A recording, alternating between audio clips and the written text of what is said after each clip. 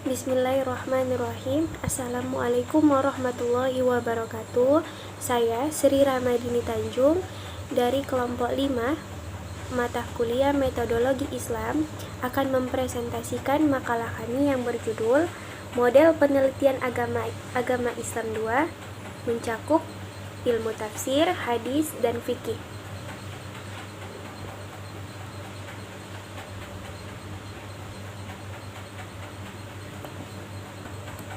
Adapun pengertian penelitian agama adalah yaitu pemeriksaan, penyelidikan yang dilakukan oleh berbagai macam seksama dengan tujuan mencari kebenaran-kebenaran objektif yang diperoleh tersebut kemudian dijadikan sebagai dasar atau landasan untuk pembaharuan, pengembangan atau perbaikan dalam masalah-masalah teoritis dan praktis dalam bidang pengetahuan yang bersangkutan. Adapun pengertian agama adalah ajaran yang berasal dari Tuhan, ditulis dalam kitab suci, dan diwariskan oleh suatu generasi ke generasi berikutnya dengan tujuan memberikan tuntunan hidup bagi manusia agar tercapai kebahagiaan di dunia dan di akhirat. Selanjutnya yaitu ruang lingkup penelitian agama. Ruang lingkup penelitian agama mencakup yang pertama, penelitian sumber-sumber ajaran agama yang meliputi penelitian terhadap Al-Quran dan Sunnah. Yang kedua, penelitian pemikiran umat Islam, yaitu penelitian terhadap upaya umat Islam dalam memahami sumber-sumber ajaran agama Islam. Yang ketiga, penelitian sejarah umat Islam dan aplikasi ajaran-ajaran dan pemikirannya dalam kehidupan individu, keluarga, dan masyarakat. Yang keempat, penelitian tentang bagaimana sumber ajaran agama atau pemikiran atau penafsiran dari sumber-sumber ajaran agama itu disebarkan dan dikomunikasikan kepada umat. Yang kelima, penelitian bahasa Arab atau bahasa yang lain yang dominan dalam sejarah perkembangan Islam, sehingga dapat membantu pengembangan ilmu-ilmu agama secara umum. Dan yang terakhir, yaitu penelitian ajaran-ajaran Islam dan aplikasinya dalam masyarakat tertentu yang hingga kini masih hidup. Baik, langsung saja kita masuk ke materi model-model penelitian agama. Yang pertama, model penelitian tafsir.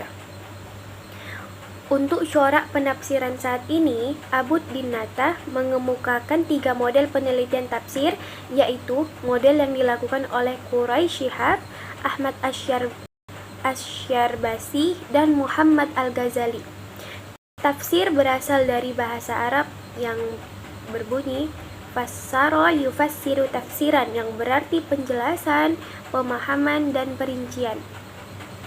Model penelitian tafsir yang dikembangkan oleh Quraish Shihab lebih banyak bersifat eksploratif, deskriptif, analitis, dan perbandingan, yaitu model penelitian yang berupaya menggali sejauh mungkin produk tafsir yang dilakukan oleh ulama-ulama tafsir terdahulu berdasarkan berbagai literatur tafsir, baik yang bersifat primer yang ditulis oleh ulama yang bersangkutan maupun bersifat sekunder atau tafsir yang ditulis oleh ulama tafsir lainnya.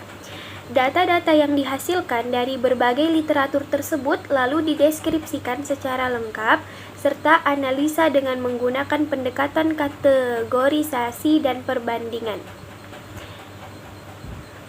Lalu selanjutnya yaitu model penelitian Ahmad Asy-Syarbasi melakukan penelitian tentang tafsir yang bercorak eksploratif, deskriptif, dan analitis.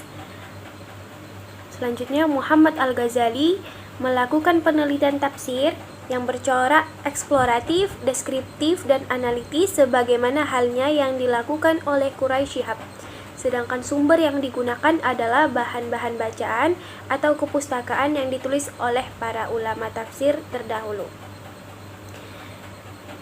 Yang kedua, model penelitian hadis. Pada umumnya, para ulama memandang bahwa hadis, sunnah, khobar, dan atsar mempunyai pengertian yang sama, yaitu perkataan-perkataan Rasul, perbuatan-perbuatan, dan tindakannya.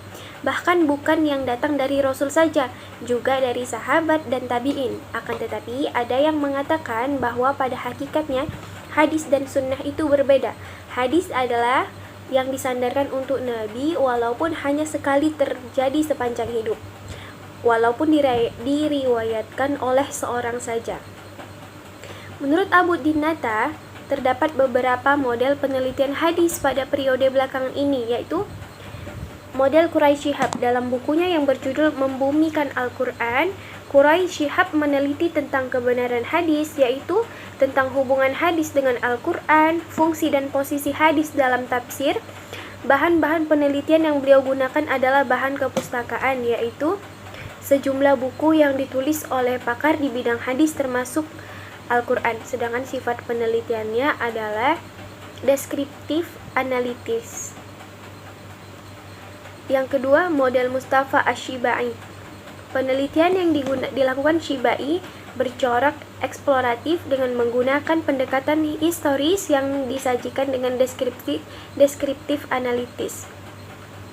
Hasil penelitian yang dilakukan oleh Al-Syibai antara lain mengenai sejarah, proses terjadi dan tersebarnya hadis mulai dari Rasulullah sampai terjadinya upaya pemalsuan hadis dan usaha para ulama untuk membendungnya. Selanjutnya yaitu model Muhammad Al-Ghazali. Muhammad Al-Ghazali menyajikan hasil penelitiannya tentang hadis judul As-Sunnah An-Nabawiyah Baina Al-Fiqh wal Hadis. Adalah seorang ulama Universitas Azhar Mesir yang disegani di dunia Islam. Dilihat dari segi 6 isi yang terdapat dalam buku tersebut, nampak bahwa mencari eksplorasi yaitu membahas, mengkaji, dan penyelam sedalam-dalamnya berbagai masalah persoalan aktual yang muncul di masyarakat untuk kemudian diberikan status hukumnya dengan berpijak pada konteks hadis tersebut. Selanjutnya yaitu model Zain Al-Keriuhan. Al-Hafiz Zaid Al-Keriuhan hidup tahun 752 sampai 806 Masehi. Tergolong ulama generasi pertama yang banyak melakukan penelitian hadis. Bukunya berjudul Al-Taqyid wa Al-Idla Syarhu Muqaddiman Ibnu As-Salah adalah salah satu kitab ilmu hadis tertua yang banyak dikemukakan dan banyak dijadikan rujukan oleh para peneliti dan penulis hadis generasi berikutnya. Buku inilah pertama kali dikemukakan macam-macam hadis yang didasarkan pada kualitas sanad dan matannya, yaitu hadis yang tergolong sahih, hasan, dan dhaif. Kemudian dilihat pula dari keadaan bersambung atau terputusnya sanad yang dibagi menjadi hadis musnad, marfu', maufu'. Selanjutnya dilihat dari kualitas matannya yang dibagi menjadi hadis yang syadz dan mungkar. Sekian dari saya. Baik, selanjutnya akan dilanjutkan oleh Assalamualaikum warahmatullahi wabarakatuh. Saya dari kelompok 9 ingin mempresentasikan materi tentang model penelitian hadis.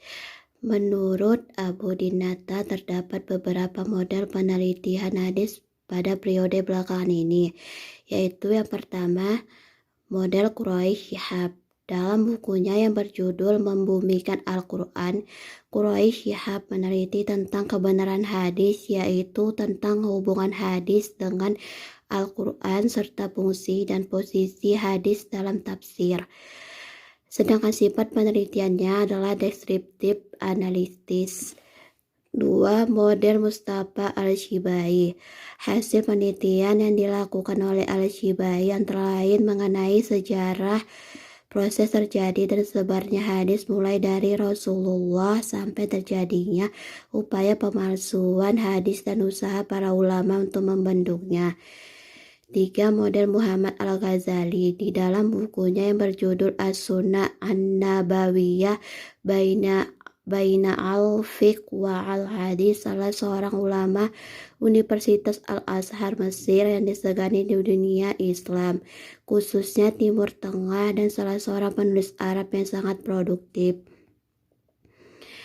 Setelah ia menjelaskan tentang kesahihan hadis dan persyaratannya, besar-besaran dikemukakan tentang maid yang dihajab karena tangisan keluarganya, tentang hukum qisas, sholat tahiyatul masjid, tentang sekitar dunia wanita yang termasuk anak terkerudung dan kadar, wanita, keluarga, dan profesi, hubungan wanita dengan masjid, kasus-kasus pidana dan kisos, etika makan, minum, berpakaian, dan membangun rumah. Yang keempat, model Zen al-Qariuhan. Di dalam bukunya yang berjudul Taqyid wa'al Itlah Syaryu Muqaddiman, Ibnu al-Salah adalah termasuk kitab ilmu hadis tertua yang banyak dikemukakan dan banyak dijadikan rujukan oleh para peneliti dan penulis hadis generasi berikutnya. Kemudian dilihat pula dari keadaan bersambung atau terputusnya sanad yang dibagi menjadi hadis musnad, marfu, maufuq. Selanjutnya dilihat pula dari kualitas matannya yang dibagi menjadi hadis yang sats dan munkar. Ketiga, model penelitian fikih. Terdapat dua istilah untuk menunjukkan dan mengerti hukum